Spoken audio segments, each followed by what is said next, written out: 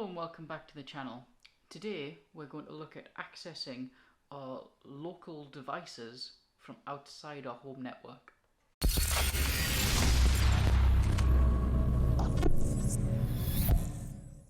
Okay, so just before we get started here, I will just apologise in case there is any wind in the background.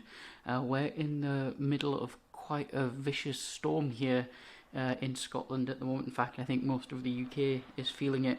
So I've tried my best to keep the wind out of my audio here, but it is quite loud, so apologies. Okay, so in order to understand how we can communicate with devices on our home network remotely, we need to first understand IP addresses, DNS servers, and Dynamic DNS. So every device that connects to the internet has an IP address. This is what enables it to talk to, say, for example, the Google server. So if we're going to talk to the Google server, we first need to know what the IP address for Google server is, or if you're connecting to YouTube, we need to know what the address of YouTube is. So this would be similar to to sending a letter to someone through the post. In order to send them a letter, you need to know what their address is. Devices on the internet, whether that be your router at home or the Google servers, as we already said, or Amazon servers and so on, they all have addresses that are called IP addresses, that stands for Internet Protocol. Now, it would be impossible for us to remember all of the Internet Protocol addresses. So an example I have here, which is YouTube's, or one of YouTube's IP addresses, is 216.58.204.238. Now, it's quite hard for us to remember that. We just don't remember things in this fashion. It's much easier to remember youtube.com. However, if you could remember that, there's nothing stopping you typing that in your browser and you'll end up at YouTube.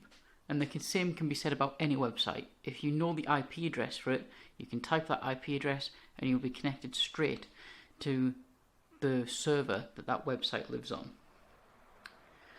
Fortunately, we don't have to remember all of these IP addresses because we have DNS servers. And DNS servers are basically an address book for the internet. I'd just like to point out at this point, while going through this, I'm trying to explain this in the most simple way possible. So if you are an IT professional or have a lot of knowledge about DNS servers, Dynamic DNS, just remember that I'm trying to explain this in the simplest way possible before you leave comments. So let's have a look at how a DNS server works. So what DNS server you use is normally defined in your home router settings. That's of course unless you've changed this manually, but if you haven't, then it will be set to whatever your internet service provider set it to before shipping you your router. Of course, if you have aftermarket equipment, it'll be whatever you set it up to be manually, probably part of a setup wizard. So here's our DNS, so here's our client and our DNS server. So when we type in youtube.com, our DNS server looks through its address book to find the IP address of YouTube and redirects our traffic to there. When it does that, when our DNS server does that, that's called resolving. Okay, so it's resolving our request.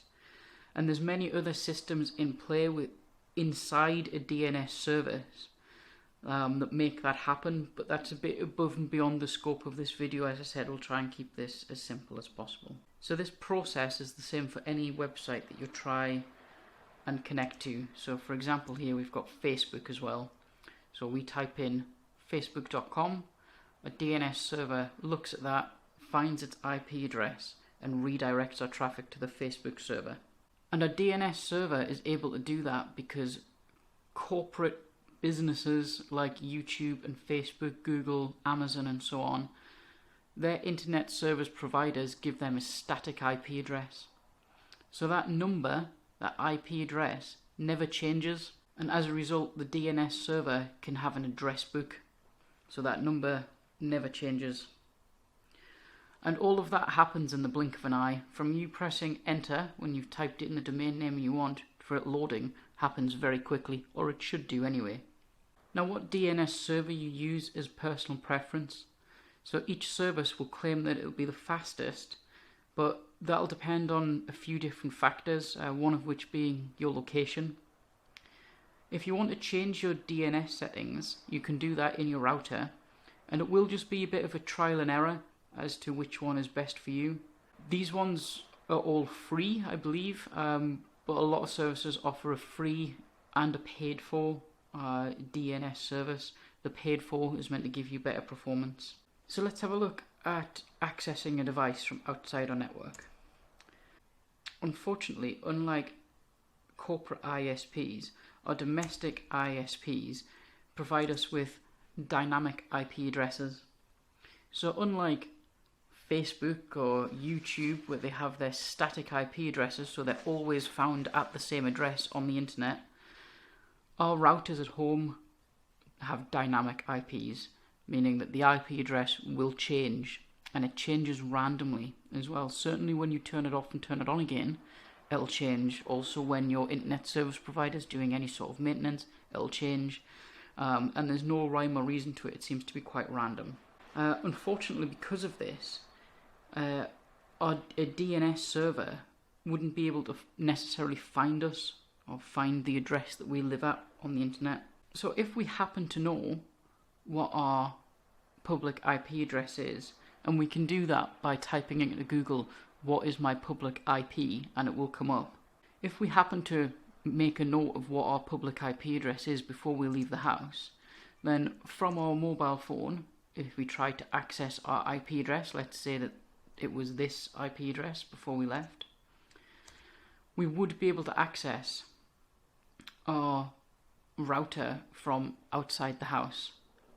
However, that's only good until our IP address changes. Then we would have to locally, while at home, find out what our IP address is again to be able to access our router from outside the house.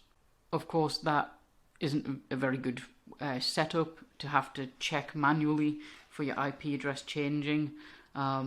You'd probably forget to do that, and your services outside of the home would stop working. So in order to get around this, we're going to use what's called a dynamic DNS service. So a dynamic DNS service, there's a few of them available, and I've listed a few here. And again, most of these have a free offering and a paid for service. Whichever one you use is up to you. Again, a bit of trial and error to see which one's best for you. Okay, once we have an account set up with a DNS service, we can set up a domain for our home network.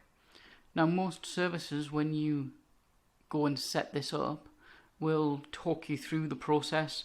Okay, it'll be like like an online wizard of setting up your domain name, and it's normally quite straightforward.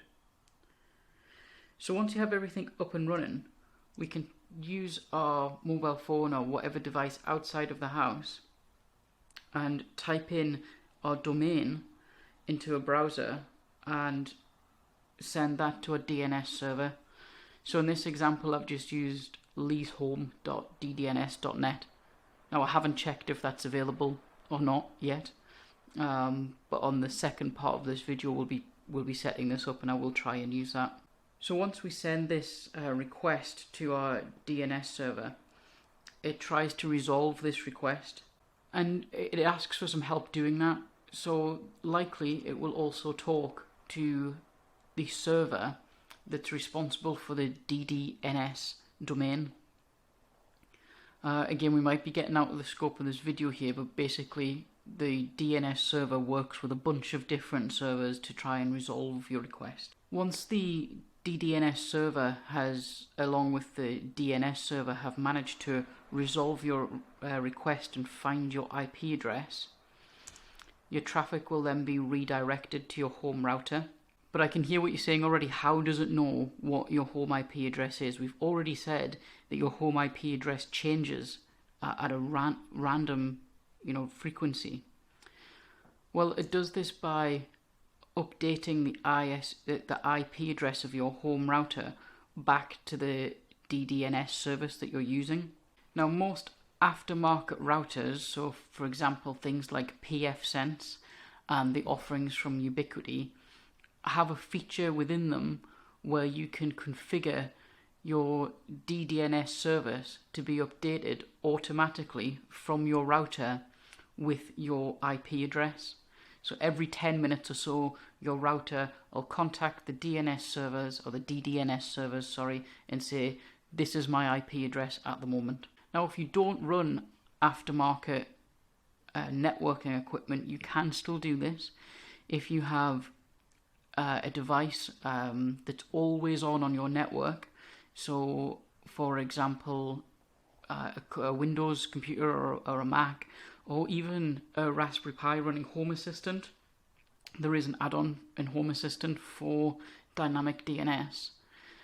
You can use a bit of software running on these devices to update the DDNS servers with your IP address every 10 minutes. Now, because of this, obviously it's a little bit slower than having a static IP address, but not so much that it is unusable. So when we use our mobile device and type in our domain, we use our DNS and DDNS services to connect to our home router. Now, if we just did this, we're likely going to land on the sign-in page for our router. And that's because we haven't really told our traffic where we want to go. We're just connecting to our home network. And because our router is the first thing in our home network, that's what we're likely to land on. So to talk to a specific device on our home network, we have to start looking at port forwarding. And what this means is we're going to add a number of the port that we wish to talk to the end of our domain address. So you can see here at the bottom that if I was wanting to communicate with my HAS.io, my Home Assistant, then I know that Home Assistant uses port 8123. So at the end of my domain address, I'm going to type in 8123. And as long as we've got the right port forwarding set up in our router that we'll look at on the next slide, I should get directed to my Home Assistant instance. Same with my CCTV camera that I reviewed in my previous videos. I know that that runs on port 533. So adding port 533 and having the correct port forwarding set up in my router will point me towards the camera. So just another look at port forwarding. So port forwarding is a set of rules that we set up in the router to tell the router if incoming traffic is looking for port 8123, then I want you to send that traffic to this IP address and port. So that IP address in green is the internal IP address for my Raspberry Pi that's running Home Assistant. And in the example at the bottom there, we've done the same, but this time with port 533. We've defined the IP address, internal IP address that the camera is, and port 533. So taking a look at all that together, when I'm outside of my home and I enter into my browser, leeshome.ddns.net:533, the request will be sent to the DNS server that works alongside the DDNS domain service to resolve my request. Once my request has been resolved, the traffic will be pushed towards my router. My router will then see that we're looking for port 533, and we'll have said to my router, hey, if anybody's looking for port 533, then redirect them to this IP address. And the traffic will then be directed to the device. All the time that that's happening, remember that my router or a device running some software on my network is constantly updating the DDNS service with my current public IP address. I feel like I've kind of ran through that quite quickly, and it can be fairly complex, but I like to think once we've had a look at setting it up practically, that it'll make a bit more sense, and to be honest, it is fairly simple once you've done it a few times. Okay, so here I am in noip.com. I've gone through and set up a free account with NoIP.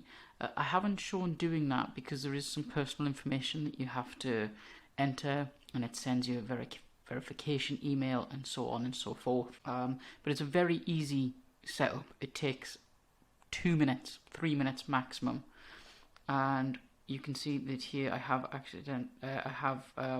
actually managed to get leeshome.ddns.net, and we can see that this is the time and date that it's been last updated. However, this isn't actually the time because this isn't the time zone I'm in, but never mind.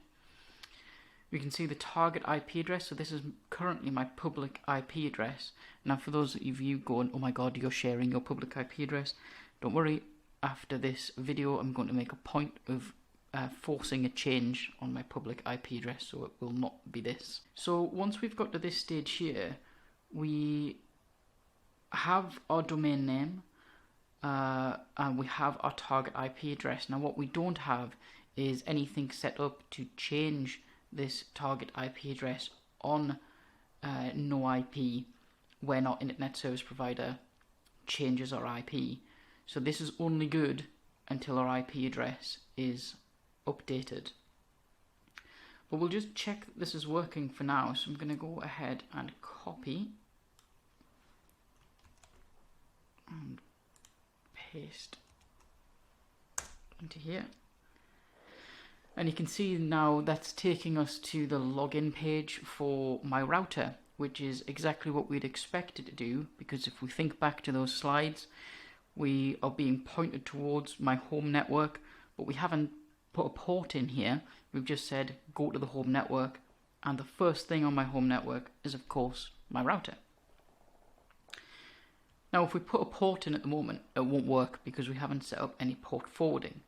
So let's have a look at port forwarding now. Okay, so here we are inside my router settings, and we've gone to routing and firewall port forwarding. I'm not going to dwell too much on the settings within the router because everybody's router will be slightly different unless of course you happen to have a UniFi security gateway as well.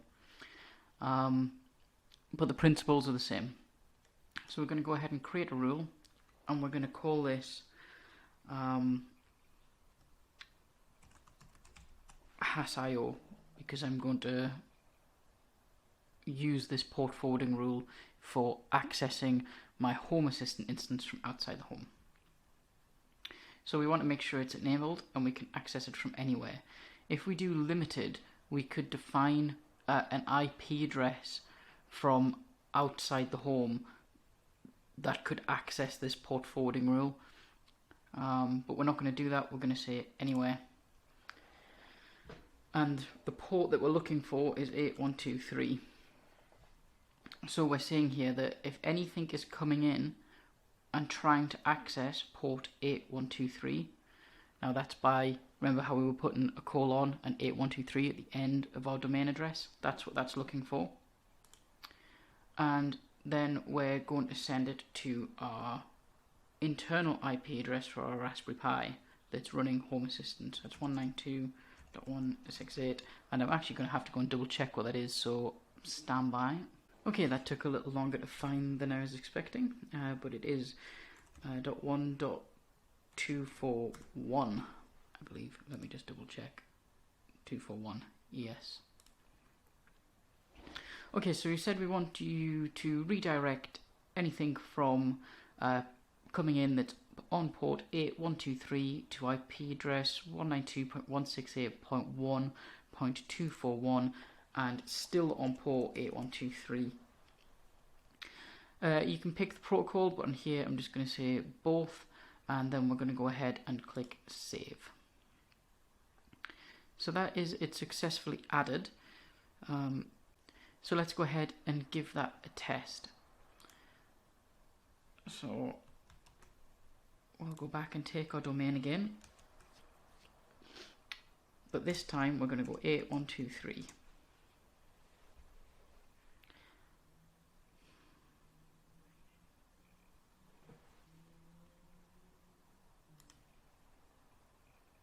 Oh, there we go.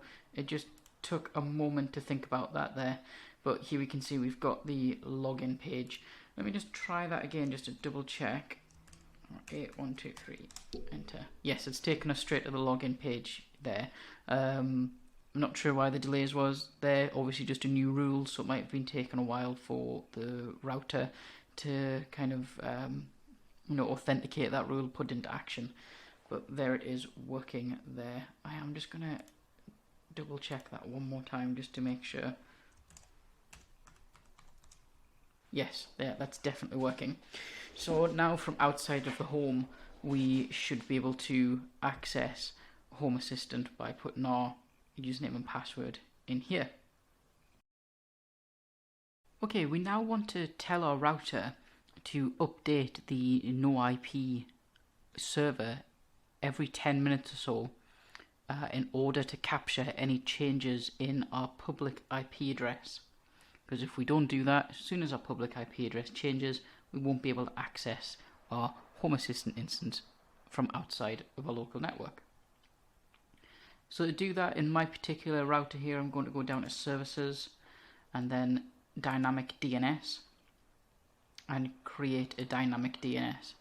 Now again, as I said earlier, if you are using your ISP's equipment they've sent you and it doesn't have this functionality, you can download a bit of software from NoIP's website and set that up on a computer locally, and as long as that computer is always on, you will be getting the updates necessary. Now, NoIP is listed as one of the services here. However, this only works if you're using the paid for service. If you're using the free NoIP service, go ahead and select the DNS service from the drop down list. It took quite a bit of trial and error to realize that this was what was not correct with my setup, and after a bit of googling around, I've realized that it's all kind of to do with how my router is authenticating the details below with the dynamic DNS server, and because I'm using the free NoIP service, I have to use the DDNS service within my router. That may or may not make any sense at all, I don't know, but just go ahead and do it. So the host name is our domain name that we've set up, so Lee's home.ddns.net. The username is the username that you set up during your account setup with NoIP, and your password as well.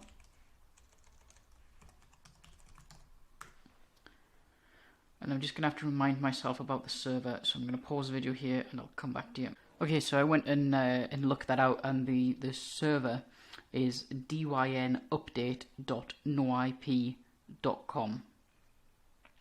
So once we've done all that, we can go ahead and click save. And that's that set up. So every 10 minutes or so, we should be getting our router here updating our DNS. Okay, and there we have it. That is how we go about accessing our local devices from outside of our home network. I hope this video made some sort of sense. It is quite a complex topic once you start delving into it, but hopefully this has given you enough of an overview to set this up for yourself. When it comes to Home Assistant, there is a bit more configuration that needs to happen on the Home Assistant side in your configuration file in order for you to be able to access your instance of Home Assistant both inside your network and outside your network using your domain name. But I will do a separate video about that very soon.